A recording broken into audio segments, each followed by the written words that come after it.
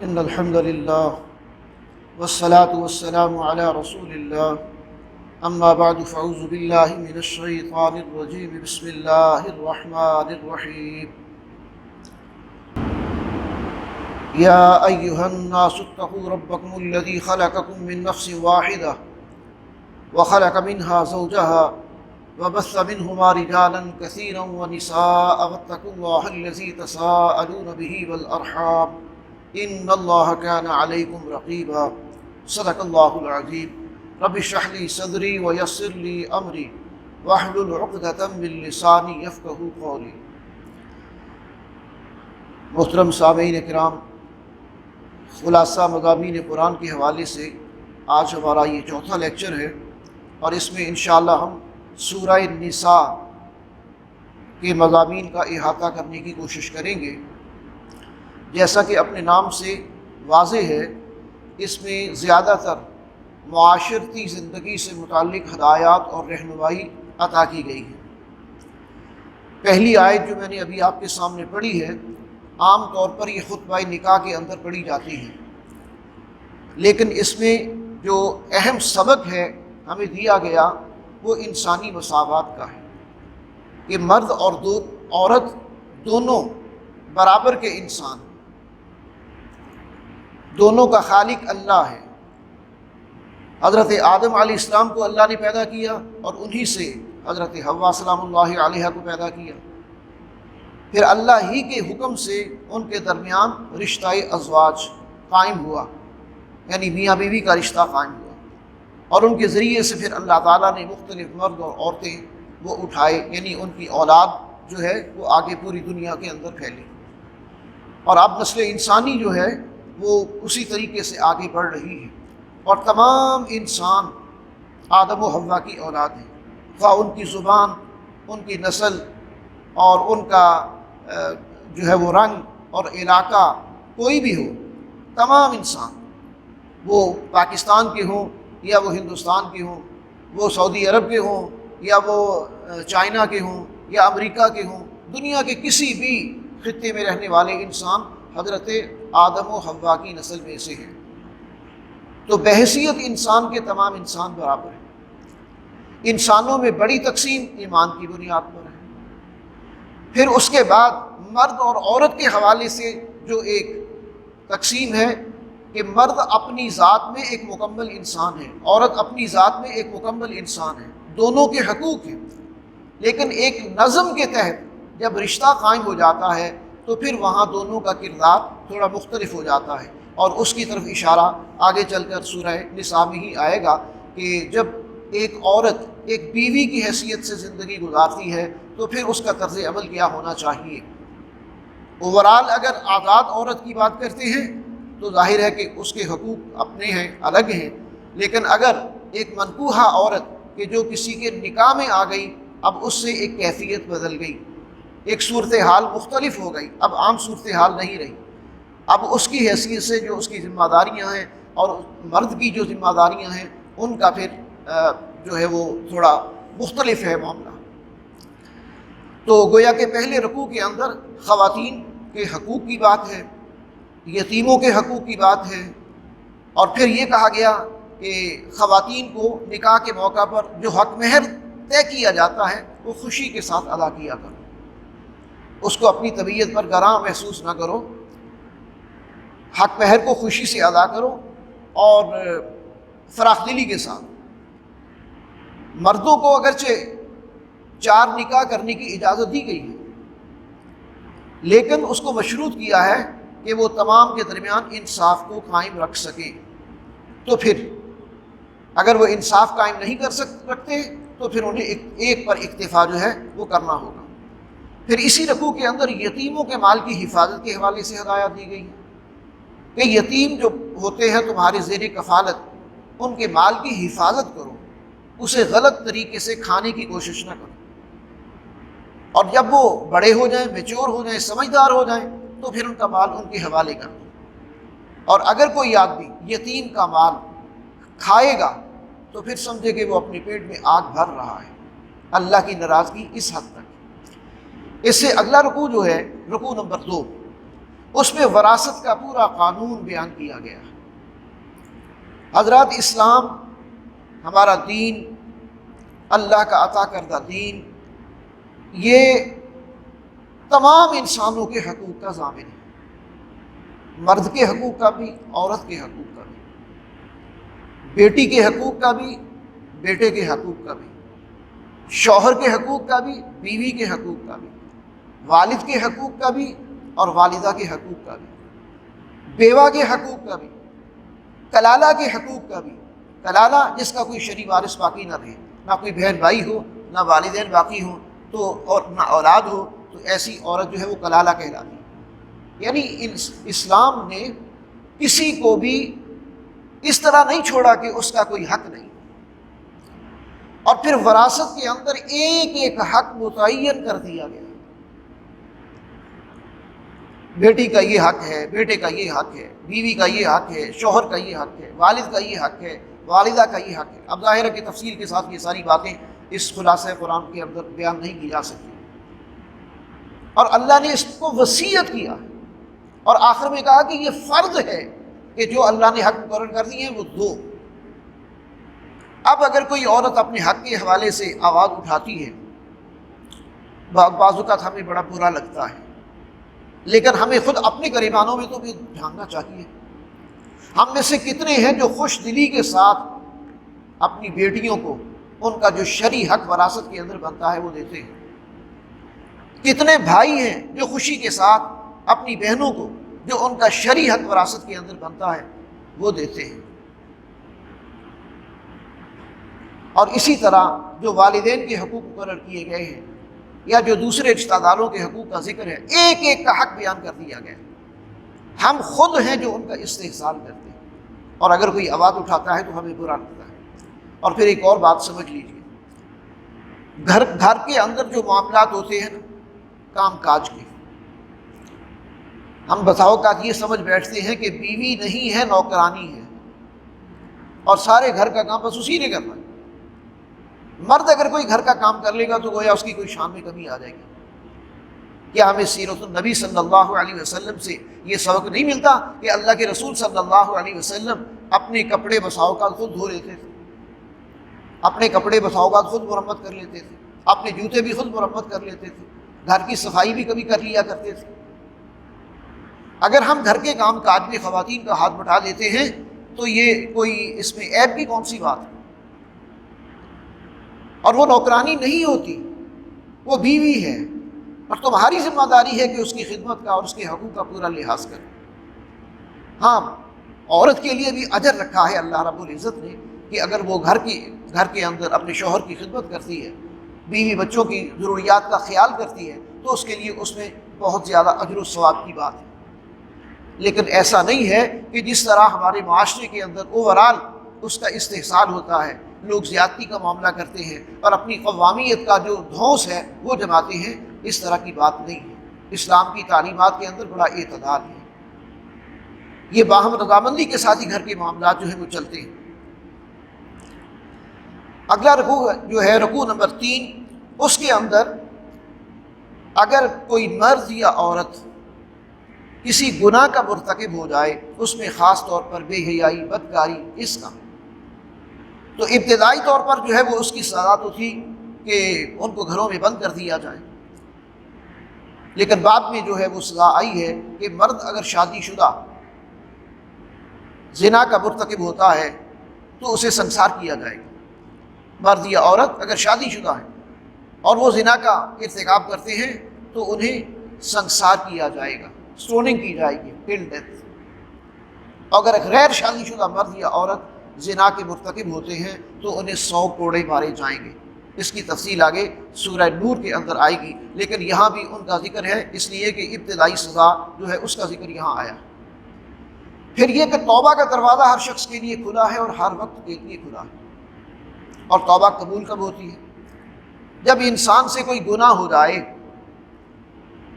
پھر اسے اپنے گناہ پر ندامت ہو، شرمندگی ہو، پھر یہ کہ وہ اللہ سے پختہ وعدہ کرے آئندہ اس گناہ کو نہ کرنے کا، اور اس گناہ کو چھوڑ دے اور ترک کر دے، تو یہ کم سے کم 3 شرائط۔ اور چوتھی یہ ہے کہ اگر کسی کے حق کے ساتھ تعلق ہے تو اس کا حق ادا کرے، تب جو ہے وہ اللہ توبہ قبول کرتا ہے۔ اور اہل ایمان توبہ کرتے ہیں، اور جب جو لوگ بھی اللہ سے خلوص و اخلاص کے ساتھ توبہ کر لیتے ہیں تو پھر امید دلائی گئی ہے کہ اللہ ان کی توبہ قبول کرتا ہے۔ تو توبہ جو ہے وہ گناہوں کے کفارے کا ذریعہ بن جاتی ہے، معافی کا ذریعہ بن جاتی ہے۔ ایک حدیث میں آتا ہے کہ کل بنی آدم خطاؤ، تمام انسان خطا کار ہیں، خیر الخطائین التوابون، بہترین خطا کار وہ ہیں جو توبہ کر لیتے ہیں۔ اس سے اگلا رکوع نمبر 4 ہے، اس میں محرم خواتین جو ہیں ان کی پوری فہرست دے دی گئی۔ محرم کون ہے؟ جس کے ساتھ کبھی بھی کسی بھی حالت میں نکاح نہ ہو سکے، وہ محرم ہے۔ حرمت علیکم امہاتکم و بناتکم و اخواتکم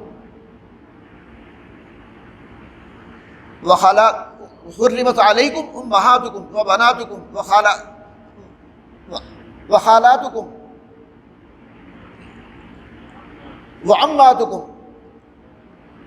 و بنات الاخ و بنات الاخت و امہاتکم اللاتی ارضعنکم و اخواتکم اللاتی، یہ پوری آیت ہے، اور اس کے اندر تمام وہ رشتے گنوا دیے گئے ہیں کہ جن کے ساتھ مکمل طور پر کسی بھی صورت میں نکاح نہیں ہو سکتا، انہیں کہا جاتا ہے محرمات عبدیہ۔ اور اس کے بعد کچھ ایسے بھی ہیں رشتے کہ جن کے ساتھ جو وقتی طور پر محرم کہلاتے ہیں۔ مثلا اگر کوئی عورت کسی عورت کے نکاح میں ہے تو ظاہر ہے کہ پھر اس کے ساتھ نکاح نہیں ہو سکتا، اور وہ مستقل محرم نہیں ہے۔ مثلا بیوی کی بہن جسے سالی کہا جاتا ہے، اس کے ساتھ نکاح اس لیے نہیں ہو رہا کہ چونکہ اس کی بہن آپ کے نکاح میں ہے۔ اگر کسی وجہ سے حالات خراب ہونے کی بنیاد پر طلاق تک نوبت پہنچ جاتی ہے، طلاق ہو جاتی ہے، تو اس کے بعد اگر وہ چاہیں تو آپ اس میں نکاح کر سکتے ہیں، اس کے ساتھ نکاح ہو سکتا ہے۔ یا بیوی جو ہے وہ فوت ہو گئی اور اس کے بعد اس کی بہن کے ساتھ نکاح ہو سکتا ہے۔ تو اس طرح یہ کچھ رشتے ایسے بھی ہیں کہ جن کے بارے میں کہا گیا کہ وہ عارضی طور پر محرم ہوتے ہیں، مستقل نہیں ہوتے۔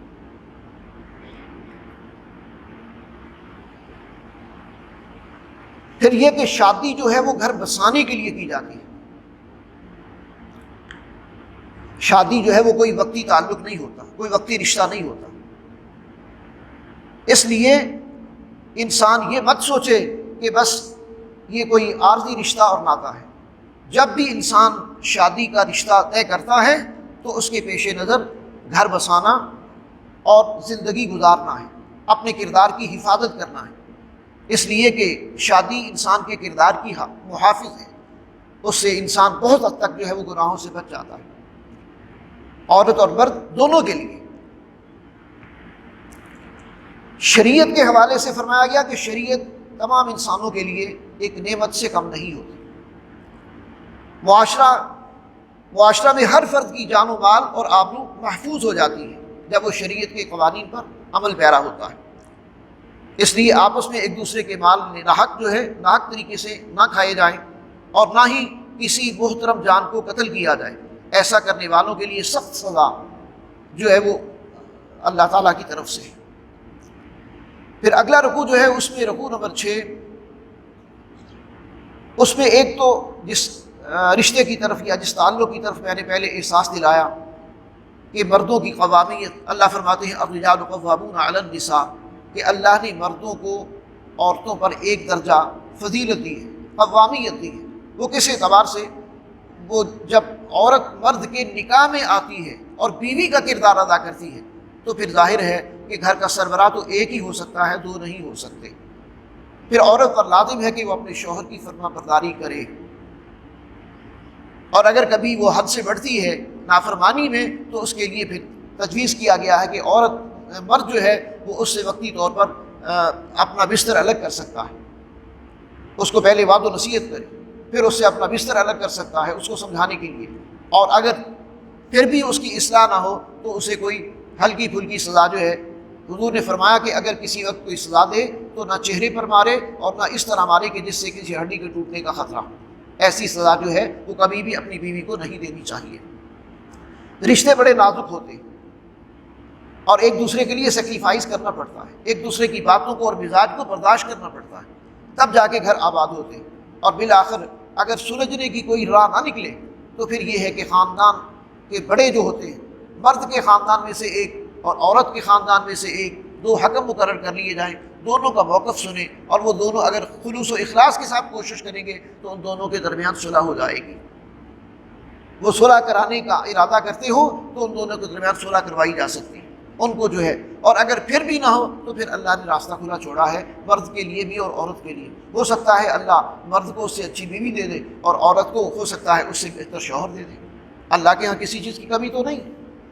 ساری زندگی ایک دوسرے کے لیے عذاب بن کے رہنا یہ بھی اسلام کی تعلیمات نہیں۔ ایک جائز راستہ بھی اسلام نے رکھا ہے، اگرچہ جائز راستہ وہ ناپسندیدہ ہے۔ اسلام میں اللہ کے رسول نے فرمایا ابغض الحلال عند اللہ الطلاق۔ طلاق اگرچہ حلال ہے لیکن اللہ کے غصے کو بھڑکانے والی ہے، یعنی وہ اللہ کے ہاں ناپسندیدہ، سب سے زیادہ ناپسندیدہ چیز جو ہے اللہ کے ہاں حلال کاموں میں سے وہ طلاق ہے۔ لیکن آج کے دور میں برداشت بہت کم ہوتی جا رہی ہے، معمولی بات پر جو ہے وہ جھگڑا ہوتا ہے اور وہ اتنا طول کھینچ جاتا ہے کہ جس کے نتیجے میں طلاقیں واقع ہو جاتی ہیں اور گھر برباد ہو جاتے ہیں۔ تو ایک دوسرے کے لیے سیکریفائز کرنے کا جذبہ، ایک دوسرے کے حقوق کا لحاظ کرنا، یہ بھی ہمارے اندر ہونا چاہیے۔ پھر اسی رکوع کے اندر رکوع نمبر 6 میں ایک اور بڑی عظیم آیت ہے، اللہ کے رسول صلی اللہ علیہ وسلم پڑھ کر اس کو آبدیدہ ہو گئے۔ ہر امت پر قیامت کے دن ایک گواہ لایا جائے گا، اور اللہ کے رسول صلی اللہ علیہ وسلم سے کہا گیا کہ آپ اپنی امت کے اوپر گواہی دیں گے۔ آپ تو اپنی امت کے حق میں بڑے رحیم ہیں، شفیق ہیں، امتیوں کے حق میں گواہی دیں گے، اور جس کے حق میں اللہ کے رسول کی گواہی ہوگی وہی کامیاب ہوگا، اور جس کے حق میں اللہ کے رسول کی گواہی نہ ہوئی، یہاں ہم سمجھتے ہیں اپنے آپ کو کہ ہم حضور کے امتی ہیں، لیکن حضور اپنی گواہی کن کے حق میں دیں گے؟ جو سچے ہیں اپنے قول کے، اپنے فعل کے، جو وفادار امتی ہیں، جو سچے امتی ہیں، جو منافق نہیں ہیں، جو مخلص ہیں، ان کے حق میں۔ تو اللہ رب العزت سے دعا ہے کہ اللہ تبارک و تعالی ہمیں بھی نبی اکرم صلی اللہ علیہ وسلم کی گواہی نصیب فرمائے، ورنہ کامیابی کا کوئی امکان نہیں ہے۔ ایسا نہیں ہے کہ وہاں سب کچھ جو ہے وہ ہماری خواہش کے مطابق ہوگا۔ میں پہلے بھی ایک حدیث کے اندر جو منظر بیان کیا گیا ہے وہ آپ کے سامنے رکھ چکا ہوں کہ قیامت کے دن بہت سارے لوگ ایسے ہوں گے جو حوض کوثر پر نبی اکرم صلی اللہ علیہ وسلم سے ملنا چاہیں گے، لیکن ان کے درمیان ایک دیوار حائل کر دی جائے گی۔ وہ کہیں گے ہم حضور کے امتی ہیں، ہم آپ کے پاس جانا چاہتے ہیں، آپ کے ہاتھ سے پینا چاہتے ہیں۔ انہیں کہا جائے گا کہ نہیں، تمہارا حضور کے ساتھ کوئی تعلق نہیں، اس لیے کہ تم نے ان کے بعد اپنی مرضی کا دین اختیار کر لیا تھا، نئی باتیں اس میں نکال لی تھیں، تم سچے اور مخلص وفادار امتی نہیں تھے، لہذا تمہیں اللہ کے رسول کے پاس جانے کی اجازت نہیں ہے۔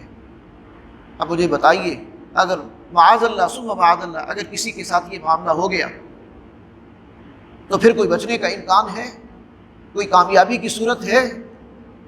تو اللہ کے رسول کے سچے امتی بن کر زندگی گزارنا، وفادار امتی بن کر زندگی گزارنا، آپ کی تعلیمات کے مطابق عمل کرنے کی کوشش کرنا، اور اگر کوئی بھول چوک ہو، کوتاہی ہو تو اس پر اللہ سے خلوص و اخلاص کے ساتھ معافی مانگ۔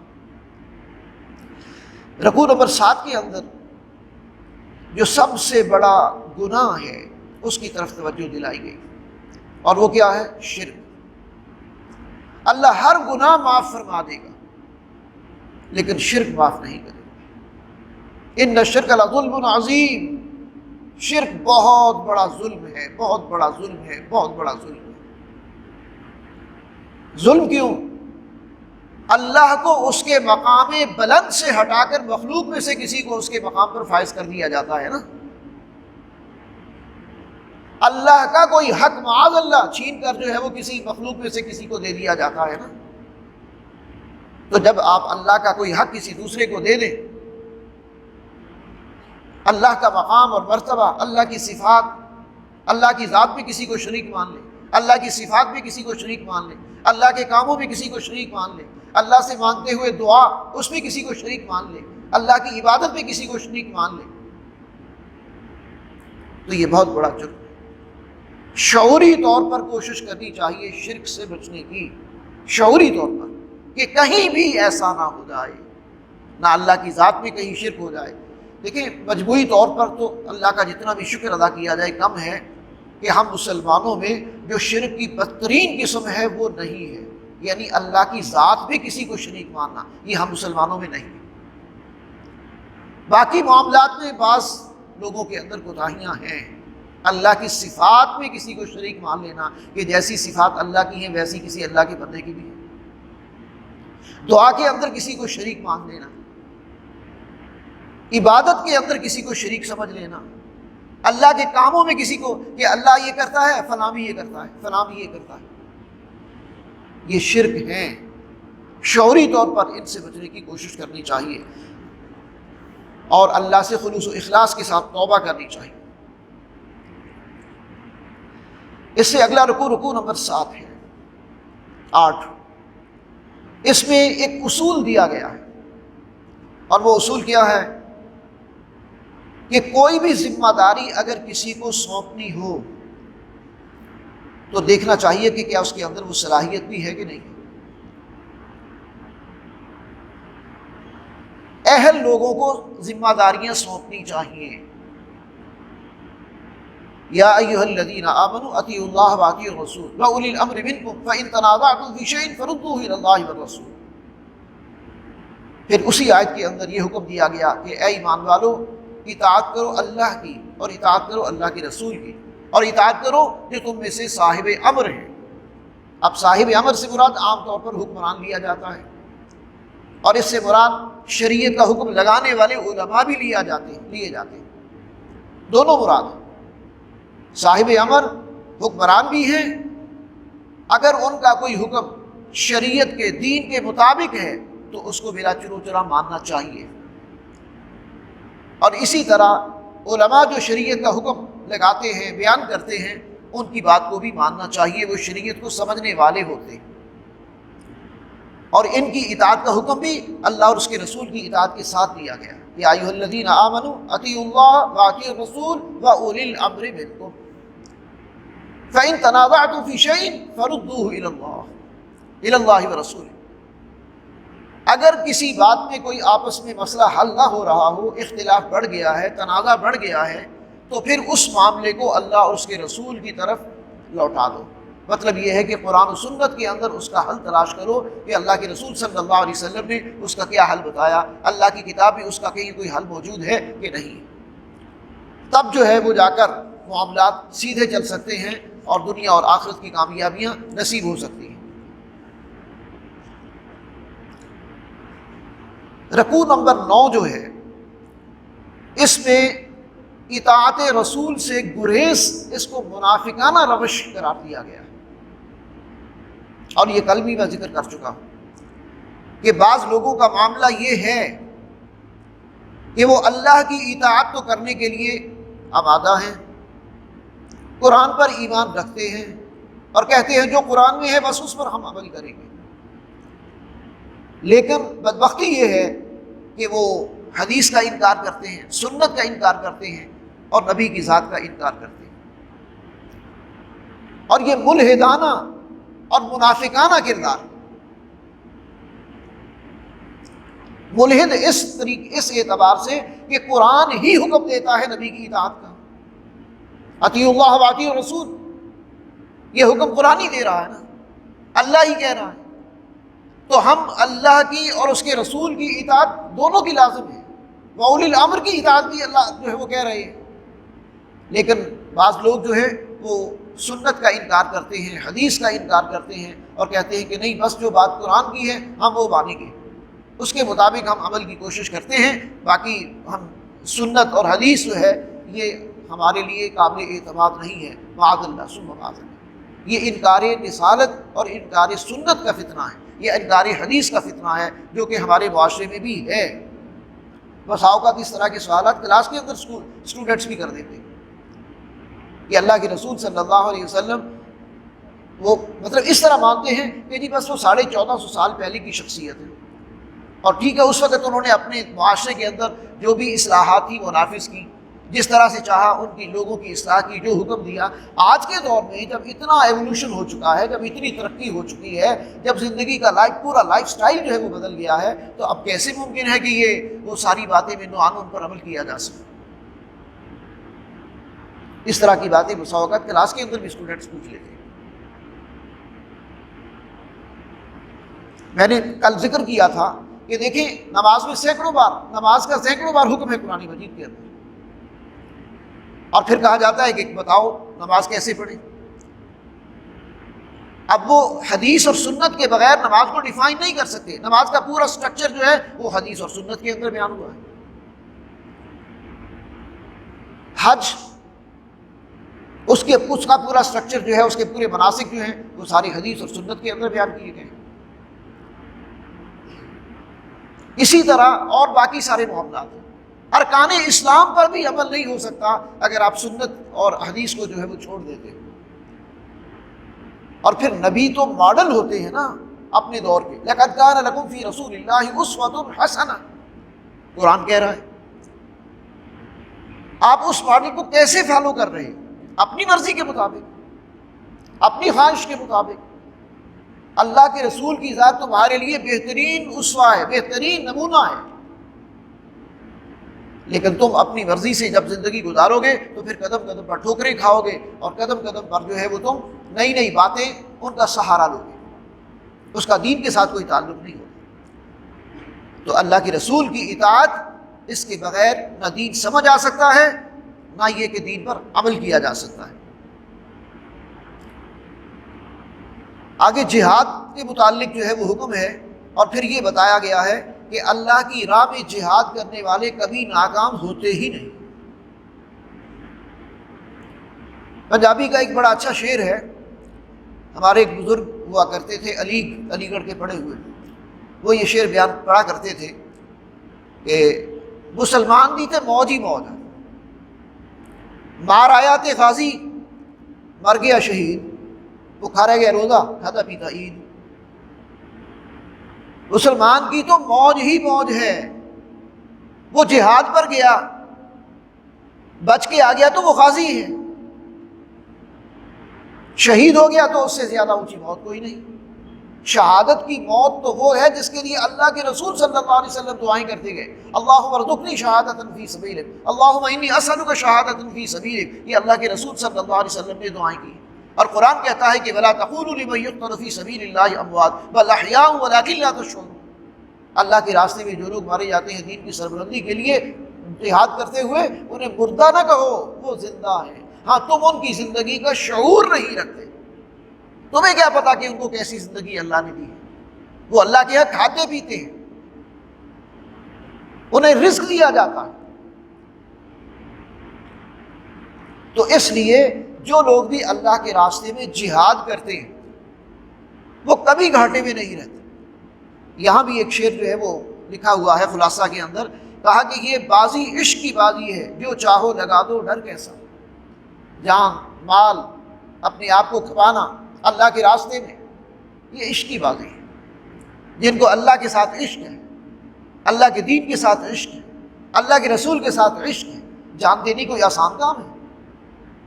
مال خرچ کرنا کوئی آسان کام ہے؟ سارے خطرات کو بھول لینا دین کے لیے کوئی آسان کام ہے؟ اور یہ کام کیا ہے لوگوں نے تو تب دین ہم تک پہنچا ہے، تب دین زندہ ہے۔ وہ کیا کہا کسی نے کہ دین زندہ ہوتا ہے، اسلام زندہ ہوتا ہے ہر کربلا کے بعد۔ کتنی جنگیں ہیں جو دین کی خاطر کرنا پڑی، خود خاندان نبوت کے چشم و چراغ حضرت حسین رضی اللہ تعالیٰ عنہ جو میدان کربلا میں شہید ہوئے، تو وہ کسی ذاتی غرض کے لیے تو نہیں تھے، وہ کوئی اقتدار کی طلبی کے لیے تو نہیں تھی، وہ بھی اللہ کے دین کو بچانے کی ایک کوشش تھی جو انہوں نے کی۔ تو کہا کہ یہ بازی عشق کی بازی ہے، جو چاہو لگا دو ڈر کیسا، گر جیت گئے تو کیا کہنا، ہارے بھی تو بازی مات نہیں۔ اس میں ہار ہے ہی نہیں، اللہ کے راستے میں جہاد کرنے کے حوالے سے، جان لگانے کے حوالے سے، مال خرچ کرنے کے حوالے سے۔ البتہ منافق لوگ جو ہیں ان کے دل میں اللہ کی نہیں مال کی محبت، اللہ کی نہیں دین کی نہیں جان کی محبت یہ ہوتی ہے، اس لیے وہ میدان میں نکلنے سے اوائڈ کرتے ہیں، گھبراتے ہیں۔ اور جہاد جو ہے اس کے دنوں میں ہی تو پتہ چلتا ہے کہ کون کتنا مخلص ہے۔ کل ہم پڑھ کے آئے نا غزوہ احد کے اندر، اب اس دور کے مسلمان جنہوں نے کلمہ پڑھا تھا اور بڑے دعوے کرتے تھے کہ ہم محمد کے صلی اللہ علیہ وسلم وفادار ہیں، اور ان میں کون؟ عبداللہ بن ابی جیسا شخص جو مسجد نبوی میں نبی اکرم صلی اللہ علیہ وسلم کی آمد سے پہلے آپ کی آ کے کھڑا ہوتا اور آپ کے مناقب بیان کرتا اور آپ کے منہ پر آپ کی تعریفیں کرتا، لیکن سارا پول کب کھل گیا؟ منافقین کا۔ غزوہ احد میں جب مدینے سے باہر نکل کر جنگ لڑنے کا فیصلہ ہوا تو مدینے سے باہر نکلتے ہی منافقین نے ساتھ چھوڑ دیا۔ 300 منافقین مسلمانوں کو چھوڑ کر چلے گئے۔ 1000 کا لشکر نکلا تھا مدینے سے، لیکن 300 واپس ہو گئے، اور 700 نے غزوہ احد جو ہے وہ لڑا۔ تو منافق پر جان دینا، مال خرچ کرنا، یہ ساری چیزیں اس پر بڑی بھاری ہوتی ہیں۔ یہ تو وہی ہے نا کہ دیوانگی ہے کہ دین کی خاطر بڑی سے بڑی قربانی دینے کے لیے انسان تیار ہو جائے۔ اچھا، ہجرت سے گریز کرنا بھی منافقت ہے۔ اللہ کے دور میں، نبی اکرم صلی اللہ علیہ وسلم کے دور میں جب ہجرت کا حکم آیا تو لوگوں نے اپنے گھر بار چھوڑے۔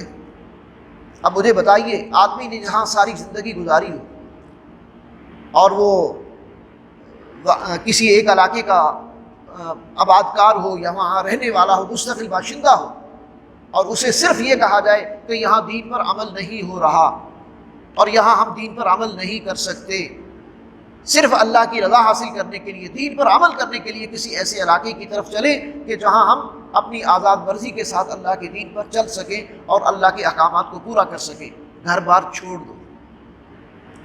مکہ کے اندر مسلمانوں کا رہنا دوبر کر دیا تھا، مخالفت تھی، دین پر عمل کرنا کتنا مشکل ہو گیا تھا، لہذا وہاں کے مسلمانوں نے کس طرح ہجرتیں کی؟ پہلی ہجرت ہوئی، دوسری ہجرت ہوئی حبشہ کی طرف، اس کے بعد پھر ایک بڑی ہجرت ہوئی جو ہجرت مدینہ کہلاتی ہے، اور اس ہجرت کے بعد تو پھر نقشہ ہی بدل گیا۔ ویسے تو ہجرت اللہ کے رسول صلی اللہ علیہ وسلم نے فرمایا ہر اس بات کو چھوڑ دینا جو اللہ کو ناپسند ہے۔ ان تہجر ما کرہ ربک المہاجر من ہجر ما نہی اللہ عنہ۔ مہاجر وہ ہے، پوچھا گیا نا مہاجر ہے کون؟ ہجرت کیا ہے؟ ہجرت یہ ہے ان تہجر ما کرہ ربک، ہر اس بات کو چھوڑ دو گے جو تمہارے رب کو ناپسند ہے۔ مہاجر کون ہے؟ المہاجر مانا مہاجر وہ ہے کہ جو ہر اس بات کو چھوڑ دے جسے اللہ نے منع کیا۔ اسی طرح مجاہد کون ہے؟ المجاہد من جاہد نفسہ، مجاہد وہ ہے جس نے اپنے نفس کے خلاف جہاد کیا۔ اور ایک موقع پر آپ صلی اللہ علیہ وسلم نے فرمایا جب غزوہ تبوک سے واپس آ رہے تھے، رجعت من الجہاد الاصغر الى الجہاد الاکبر، تم چھوٹے جہاد سے بڑے جہاد کی طرف آ رہے ہو۔ دشمن کے ساتھ مقابلہ تو کبھی کبھی کرنا پڑتا ہے، لیکن نفس اور شیطان کے ساتھ مقابلہ تو ہر وقت جاری رہتا ہے، ہر وقت جاری رہتا ہے، اس لیے اسے جہاد اکبر کہا گیا۔ رجعت من الجہاد الاصغر الى الجہاد الاکبر۔ المجاہد من جاہد نفسہ، مجاہد وہ ہے جس نے اپنے نفس کے خلاف جہاد کیا، اپنی خواہشات نفس پر قابو پا کر اللہ اور اس کے رسول کے احکامات پر عمل کرنا۔ بسا اوقات کوئی حکم مشکل ہوتا ہے، بسا اوقات کوئی آسان ہوتا ہے، ہر حال میں اللہ اور اس کے رسول کی اطاعت اور فرما برداری کرنا، خلوص و اخلاص کے ساتھ دین کی تعلیمات پر چلنا، یہ بہرحال ایک آسان کام نہیں ہے۔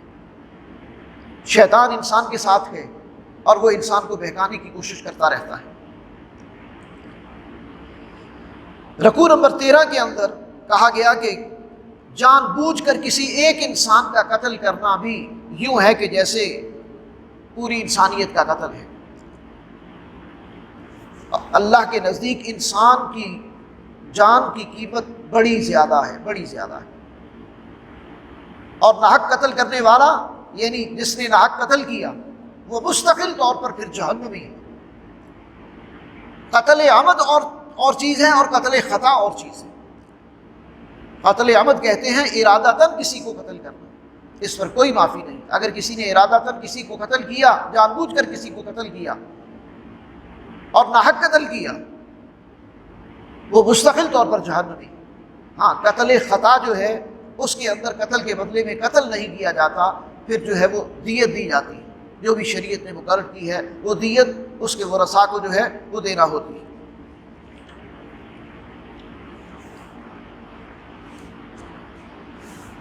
جو لوگ بھی اللہ کے دین کے خاطر اگر ہجرت کا موقع آ جائے اور وہ ہجرت نہ کریں، تو رکوع نمبر 14 کے اندر کہا گیا ہے کہ پھر جب ان کی موت آتی ہے اور فرشتے ان سے پوچھتے ہیں کہ تم نے زندگی کیسی گزاری، تو وہ کہتے ہیں کہ ہم بڑے مغلوب تھے، ہم بڑے دبا لیے گئے تھے، ہماری یہ مجبوری تھی، یہ مجبوری تھی۔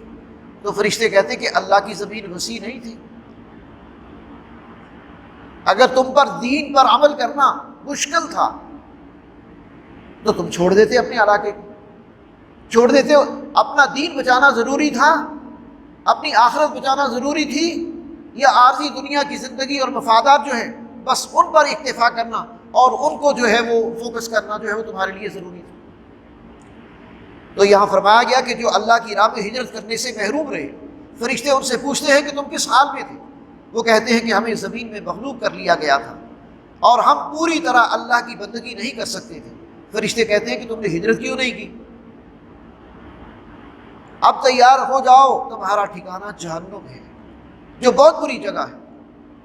گویا کہ اس رکوع میں جو ہجرت دین کی خاطر نہیں کرتے اور دین پر عمل کرنا ان کی پرائرٹی میں نہیں ہوتا۔ البتہ جن لوگوں نے ہجرت کی اللہ کی رضا کی خاطر، دین پر عمل کرنے کے جذبے کے تحت، ان کے لیے پھر خوشخبری ہے اور بشارت ہے کہ وہ جہاں بھی جائیں گے اللہ ان کے لیے کشادگی پیدا کر دے گا، اور حالات کی موافقت جو ہے وہ اللہ ان کے حق میں پیدا کر دے گا۔ نماز دین کا ایسا رکن ہے کہ کسی بھی حالت میں معاف نہیں۔ اور رکوع نمبر 15 جو ہے اس کے اندر اسی بات کی تاکید کی گئی ہے کہ اگر تمہاری جانوں کو بھی خطرہ ہو تو صلاۃ الخوف پڑھو، نماز چھوڑو نہیں۔ چھوڑنے کا اور ترک کرنے کا جو ہے وہ اس کی اجازت نہیں ہے۔ سفر کے دوران نماز ایک تو یہ ہے کہ قصر کی جا سکتی ہے، مختصر کی جا سکتی ہے۔ جنگ کے دوران اگر دشمنوں کے حملے کا خطرہ ہو تو صلاۃ الخوف ادا کی جائے۔ صلاۃ الخوف ادا کرنے کا طریقہ یہ ہے کہ آدھا لشکر پہرا دے اور آدھا نماز ادا کرے، پھر نماز ادا کر کے نصف لشکر جو ہے وہ پہرا دے اور باقی لشکر جو ہے وہ نماز ادا کر لے۔ لیکن انتہائی خوف کے وقت بھی نماز معاف نہیں ہے۔ مزید فرمایا گیا کہ عام حالات میں جب مسلمان ہوتے ہیں تو پھر نماز کو پورے اہتمام کے ساتھ اور وقت مقررہ پر پڑھنا چاہیے۔ اسی رکوع میں وہ آیت ہے جس میں کہا گیا ان الصلاۃ کانت علی المؤمنین کتابا موقوتا، اہل ایمان پر نماز فرض کی گئی ہے وقت مقررہ پر۔ یہ نہیں ہے کہ اپنی مرضی سے جب چاہا نماز پڑھ لیں، چلے پھر پڑھ لیں گے جی، بعد میں پڑھ لیں گے جی، اپنی مرضی سے پڑھ لیں۔ اور مردوں پر تو جماعت بھی فرض ہے، نماز ہی فرض نہیں، جماعت ہی فرض ہے۔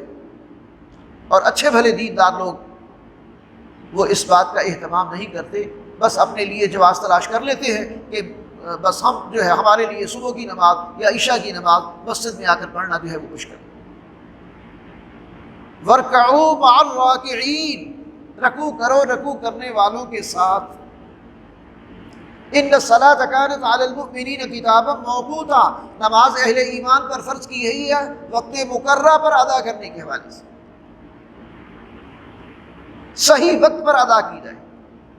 بیجا سستی سارے اجر و ثواب کو ضائع کر دیتی ہے، اور بعد میں آپ نے صرف ایک فرض ہے جو ادا کیا، جو جماعت کی فضیلت ہے، جو نماز کا اصل ثواب ہے، جو جماعت کی اصل روح ہے، وہ تو جماعت چھوڑ دی تو اس سے محروم ہو گئے، اس کی اصل برکات سے محروم ہو گئے۔ بلکہ حدیث میں یہاں تک وارننگ ہے کہ اگر کوئی بلا عذر جو لوگ اپنے دفتروں میں یا اپنے گھروں میں بیٹھے رہتے ہیں اور جماعت کے ساتھ نماز پڑھنے کے لیے نہیں آتے، اگر عورتوں اور بچوں کا لحاظ نہ ہو تو اللہ کے رسول کا فرمان ہے کہ میں ان کے گھروں کو آگ لگا دوں، اس لیے کہ بچوں پر بھی نماز فرض نہیں ہوتی اور عورتوں پر بھی جماعت فرض نہیں، مردوں پر جماعت فرض ہے اور وقت کی پابندی کے ساتھ فرض ہے۔ تو دین کے احکامات کو اور خاص طور پر فرائض کو اپنی خواہشات کا تختہ مشق نہیں بنانا چاہیے، اس کی اصل روح کے مطابق جو ہے وہ عمل کرنا چاہیے۔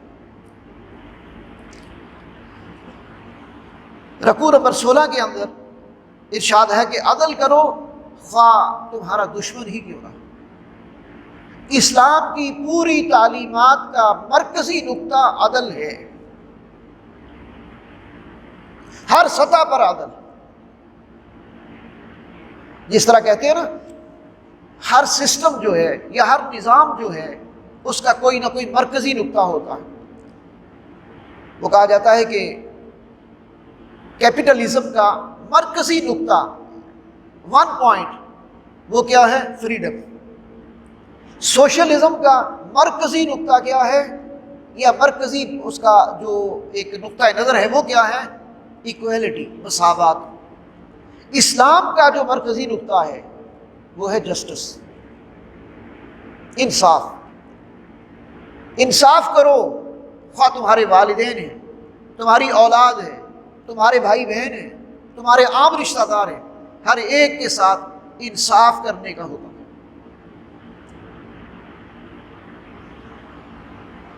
کسی کو فیور کرنا، کسی کی سائیڈ لینا، بس اوقات والدین بچوں کے معاملے میں بھی انصاف نہیں کرتے۔ وہ سمجھتے ہیں کہ ایک بچہ زیادہ فرما بردار ہے، زیادہ احترام کرتا ہے، اس سے تھوڑا زیادہ خوش ہیں، اب کیا کریں؟ جائیداد میں اس کو تھوڑا سا حصہ زیادہ دے دیں۔ نتیجہ کیا نکلے گا؟ دوسرے بھائی اس کے دشمن بن جائیں گے۔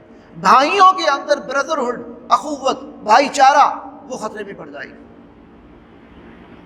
اللہ نے جب حق مقرر کر دیے تو انصاف کے مطابق ان کا صحیح حق ان کو دو۔ اور اسی طرح اگر معاشرے میں کسی منصب پر ہو اور مقام پر ہو اور تمہارے سامنے کوئی معاملہ آتا ہے تو وہاں بھی انصاف، اعدلوا واقرب للتقوی، انصاف کرو، یہی تقویٰ کے زیادہ قریب ہے۔ اور پھر یہ کہ انسان یہ سمجھتا ہے کہ اگر میں کسی کو تھوڑی فیور دے دوں گا۔ اچھا، ایک بات اور بھی ہوتی ہے، والدین کے دلوں میں بس اوقات ایک ہمدردی کا پہلو بھی ہوتا ہے کہ ایک بیٹا اگر پڑھ لکھ گیا، کسی اچھی جاب پر چلا گیا تو وہ سٹیبل ہو گیا، تو اب والدین سمجھتے ہیں کہ اس کو کم دے دیں، اس کو ضرورت نہیں ہے، چلو جو دوسرا بیٹا ہے اس کو کم ضرورت ہے، اس کو زیادہ دے دیں۔ یہ بھی ناانصافی ہے۔ آپ پورا حق دیں، آپ کسی کی حق تلفی نہ کریں۔ ہاں، بھائی خود، اسلام کی تعلیم یہ ہے کہ اپنے بھائیوں کا خیال رکھو، اپنے قریبی رشتہ داروں کا خیال کرو۔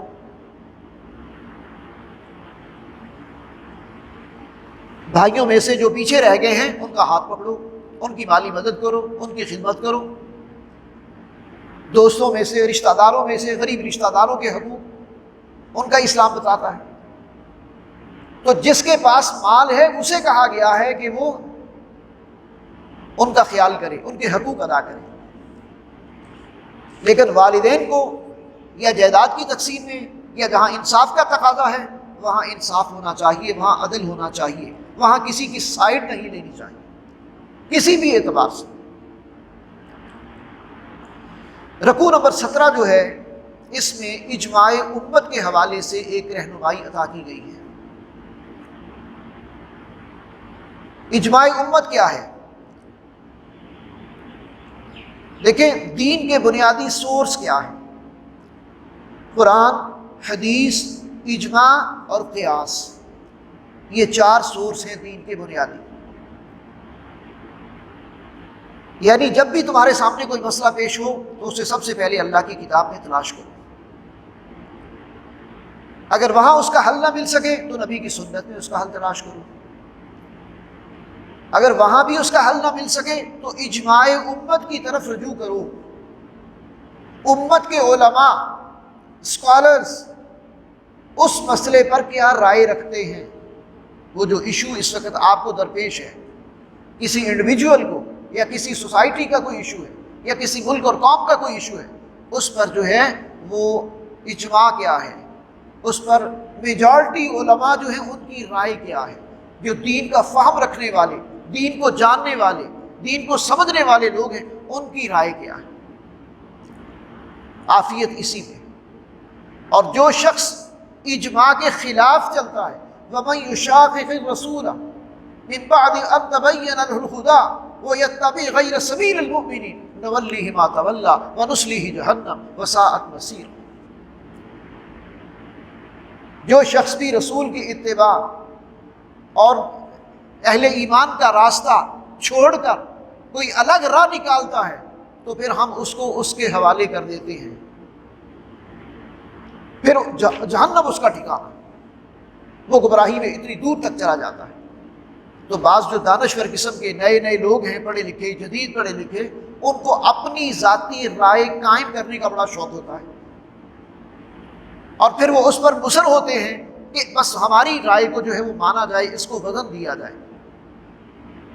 اور ان کا مطالعہ صرف جدید علوم کا ہے، ماڈرن سائنسز کا ہے، قرآن اور حدیث پر ان کی کوئی گہری نظر نہیں ہوتی. لہذا رہنمائی کے لیے، دین کی رہنمائی کے لیے جو حکم دیا گیا ہے وہ یہ ہے کہ اگر قرآن و سنت میں کسی مسئلے کا حل نہ مل رہا ہو تو پھر اجماع کی طرف رجوع کرنا چاہیے. اس سے آگے ہے 18واں رکوع. 18ویں رکوع میں شرک کرنے والے شیطان کی پیروی کر رہے ہوتے ہیں، ان کے بارے میں بتایا گیا.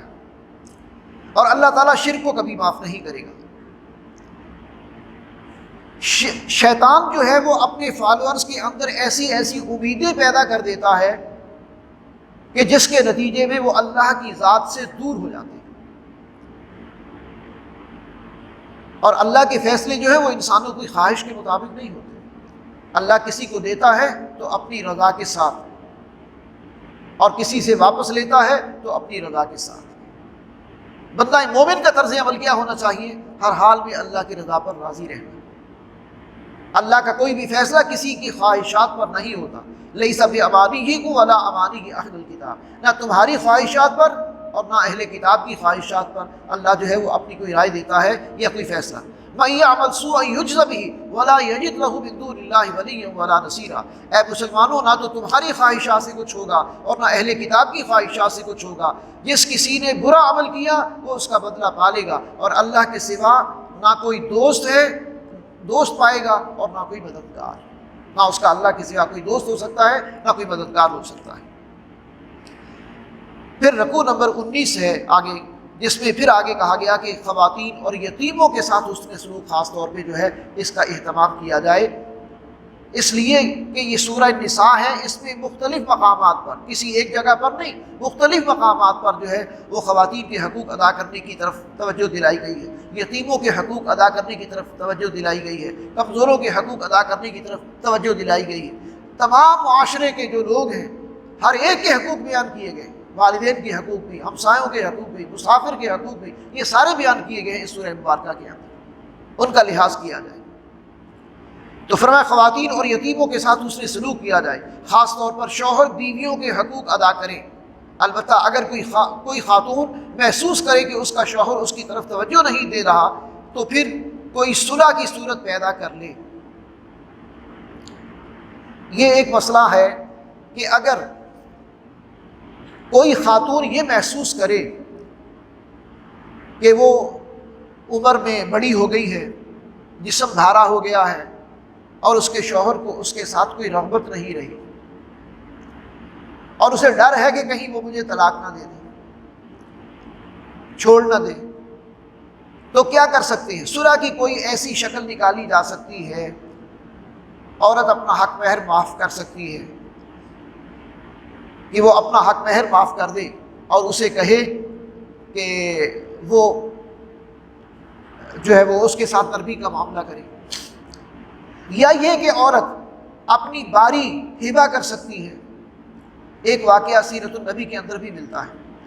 حضرت سودا رضی اللہ تعالیٰ عنہ امہات المومنین میں سے ہے، اور وہ عمر کی بڑی تھی اور جسم بھی بھارا تھا، اور انہوں نے اپنے طور پر محسوس کیا، حالانکہ اللہ کے رسول صلی اللہ علیہ وسلم ہمیشہ ازواج مطہرات کے اندر انصاف کرتے تھے اور ان کو ایک جیسا وقت دیتے تھے، ان کی ضروریات کا ایک جیسا لحاظ کرتے تھے۔ البتہ ایک دعا بھی ہے آپ نے اللہ سے کی کہ اللہ عائشہ کے معاملے میں مجھے معاف فرمانا۔ اب یہ معاملہ ہے انسان کے دل کا، دل پر انسان کا اختیار نہیں ہوتا۔ اگر دل کے اندر کسی دوسری بیوی کی طرف زیادہ رغبت ہے تو اس کا اظہار آدمی اپنی بیویوں کے سامنے نہ کرے۔